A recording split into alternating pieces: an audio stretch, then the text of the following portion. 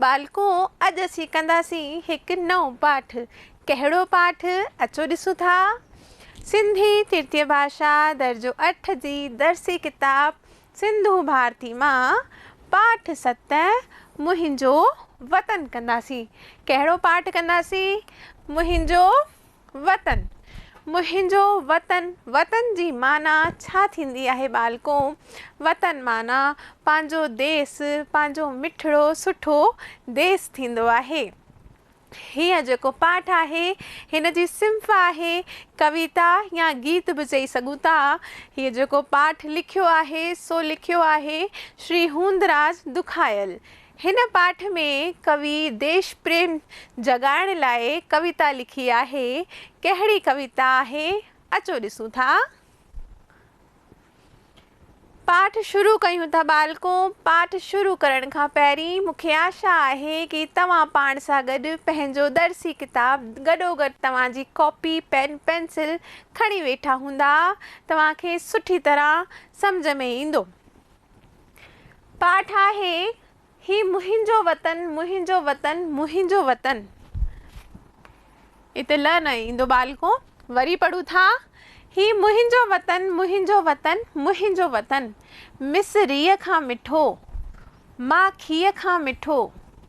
कुर्बान तंहिं वतन तां करियां पंहिंजो तन बदन।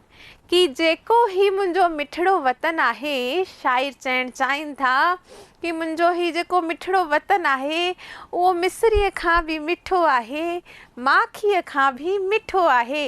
हिन वतन ते मां कुर्बान थो कयां पंहिंजो तन ऐं बदन। यानी हिन वतन पुठियां, हिन देश पुठियां मां पंहिंजो तन बदन सभु कुर्बान करण थो चाहियां। ही मुहिंजो वतन, मुहिंजो वतन, मुहिंजो वतन। ही जेको मुहिंजो वतन आहे सो मूंखे ॾाढो प्यारो आहे। हिन ते मां सभु कुझु कुर्बान करण थो चाहियां।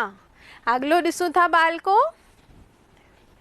शाइर हूंदराज दुखायल चवनि था, पंहिंजे वतन जी आऊं जे हालत करियां बयान।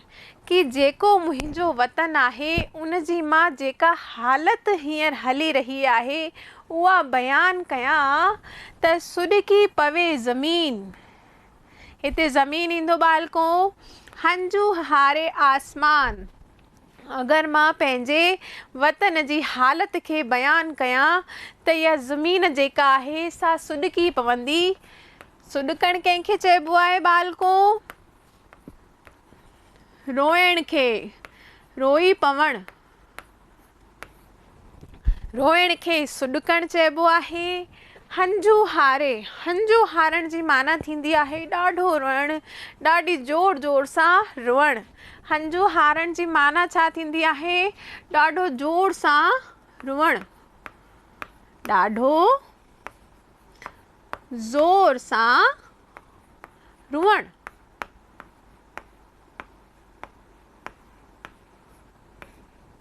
वरी हिकु बार हिन पैरे खे पढ़ूं था बालको। पंहिंजे वतन जी आऊं जे हालत कयां बयान, सुॾकी पवे ज़मीन ऐं हंजू हारे आसमान। कि अगरि मां पंहिंजे वतन जी जेका हालत आहे उनखे बयानु कयां त ही जेका ज़मीन आहे सा रोअणु लॻंदी ऐं जेको ही आसमान आहे सो बि ज़ोर ज़ोर सां सुॾकणु लॻंदो, रोइणु लॻंदो। यानी जेका मुंहिंजे देश जी हींअर हालत आहे सा ॾाढी दुखियाल आहे, ॾाढी ख़राबु आहे। दुखड़ा वतन जा सार ईंदे मुंहिंजो जले थो मन। शाइर चवनि था कि मुंहिंजे देश जा जेके दुखड़ा आहिनि से ॿुधाईंदे मुंहिंजो मन थो जले, मुंहिंजो मन व्याकुल थो थिए। ही मुहिंजो वतन, मुहिंजो वतन, मुहिंजो वतन। अॻिलो ॾिसूं था बालको। मिठड़े वतन खां आऊं रखी बि न वारियां। जेकी हुजेम ॾेई वरी की न पचारियां। कि मुंहिंजे मिठड़े वतन खे जेको बि ॾियणो हुजे मूंखे, मां सभु कुझु ॾियण लाइ, सभु कुझु कुर्बान करण लाइ तयारु आहियां ऐं जेको मूं वटि आहे सभु ॾियण लाइ तयारु आहियां। वरी की न पचारियां।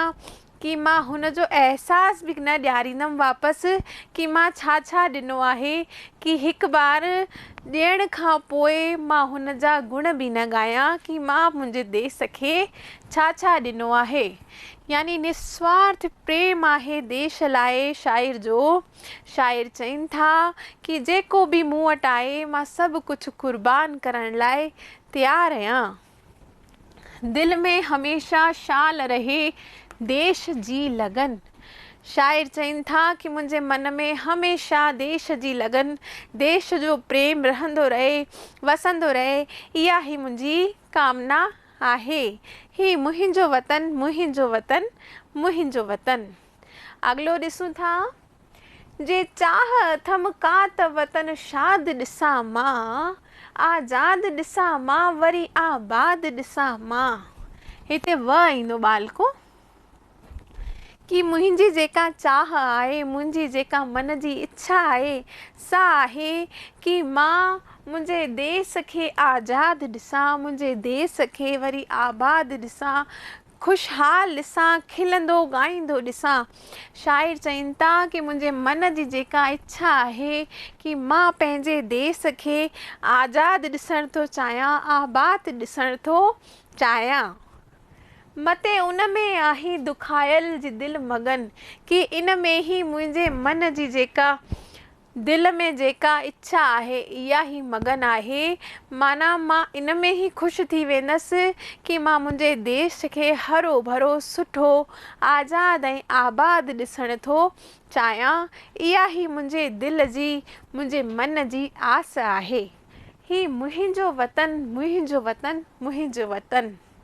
ही जेको मुंहिंजो वतन आहे सो मिस्रीअ खां मिठो आहे, माखीअ खां मिठो आहे। मां हिन ते सभु कुझु क़ुर्बान करण लाइ तयारु आहियां।